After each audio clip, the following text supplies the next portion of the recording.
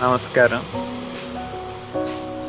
നമ്മുടെ ജീവിതത്തിൽ പലതും നല്ല കാര്യങ്ങൾ ചെയ്യിപ്പിക്കുന്നതും മോശമായ കാര്യങ്ങളിലൊക്കെ നമ്മളെ പ്രകോപിപ്പിക്കുന്നത് നമ്മളെ ഇന്ദ്രിയങ്ങൾ തന്നെയാണ്.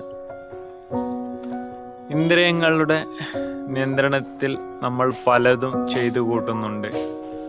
അഥവാ ജന്മനാൽ ഇന്ദ്രിയങ്ങൾ ഏതെങ്കിലും ഒന്ന് നഷ്ടപ്പെട്ടവർ, അഥവാ പഞ്ചേന്ദ്രിയങ്ങളിൽ ഏതെങ്കിലും ഒന്ന് നഷ്ടപ്പെട്ട, അഥവാ കണ്ണ്, മൂക്ക്, നാക്ക്, ചെവി, ത്വക്ക്, ഇങ്ങനെ ഈ ഇന്ദ്രിയങ്ങളിൽ ഏതെങ്കിലും ജന്മനാൽ ഒന്ന് നഷ്ടപ്പെട്ട് ജനിച്ചവർക്ക് ആര് ജനിച്ച അപ്പോൾ തന്നെ അവരിൽ എപ്പോഴും ശാന്തമായ അന്തരീക്ഷവും ആ ഈശ്വരീയ ചിന്തകൾ എപ്പോൾ അവരുടെ മനസ്സിൽ നിലനിൽക്കുന്നതും അവർക്ക് വ്യത്യസ്തമായ കഴിവുകളും നമ്മളിലേക്ക് കാണാറുണ്ട്.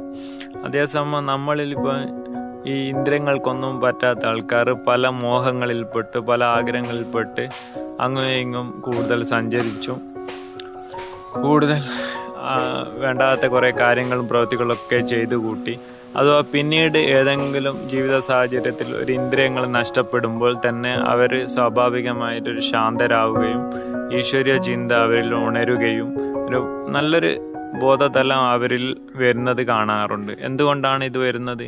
അപ്പോഴാണ് അവർക്കൊരു ബോധം വരുന്നത്. എന്തെങ്കിലും ഒരു ഇന്ദ്രിയങ്ങൾ നഷ്ടപ്പെടുമ്പോൾ സ്വയം അവർക്ക് തിരിച്ചറിവ് ലഭിക്കുകയും അപ്പോൾ ആ ഉള്ളത് കൊണ്ട് അവർ ശാന്തമായി മറ്റുള്ള ബാഹ്യ കാര്യങ്ങളിൽ കൂടുതൽ ആഗ്രഹം വെക്കാതെ അവരിൽ തന്നെ ശ്രദ്ധ ചെലുത്തുകയും ആവശ്യങ്ങൾ കുറയുകയും ശാന്തമായ അന്തരീക്ഷത്തിൽ അവർ ജീവിക്കാൻ പഠിക്കുകയും ചെയ്യുന്നത് ഇന്ദ്രിയങ്ങളിൽ ഏതെങ്കിലും ഒന്നും നഷ്ടപ്പെടുന്നത് കൊണ്ടാണ്. പക്ഷെ നമ്മൾ അങ്ങനെയുള്ളൊരു സിറ്റുവേഷൻ നമുക്ക് വന്നിട്ട് നമ്മൾ ശാന്തമായി ജീവിക്കാന്ന് പറഞ്ഞാലൊരു എന്താ പറയണ്ടേ,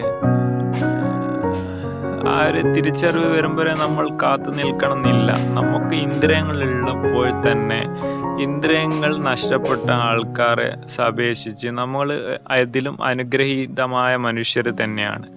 അപ്പോൾ അതിന് നമ്മൾ ഈശ്വരന് നന്ദി പറഞ്ഞുകൊണ്ടും എപ്പോഴും നമുക്കതിനൊരു സ്തുതിച്ചുകൊണ്ട് നല്ല കാര്യങ്ങൾ കൂടുതൽ ചെയ്ത് കൂടുതൽ ആഗ്രഹങ്ങൾ, ബാഹ്യ കാര്യങ്ങൾ കൂടുതൽ ആഗ്രഹം വെക്കാതെ നമ്മുടെ ഉള്ളത് കൊണ്ട് തൃപ്തിപ്പെടുകയും ശാന്തമായ അന്തരീക്ഷം നിലനിർത്തുകയും ചെയ്താൽ തന്നെ നമുക്ക് സമാധാനത്തിൽ ഇവിടെ ജീവിക്കാൻ സാധിക്കുന്നതാണ്.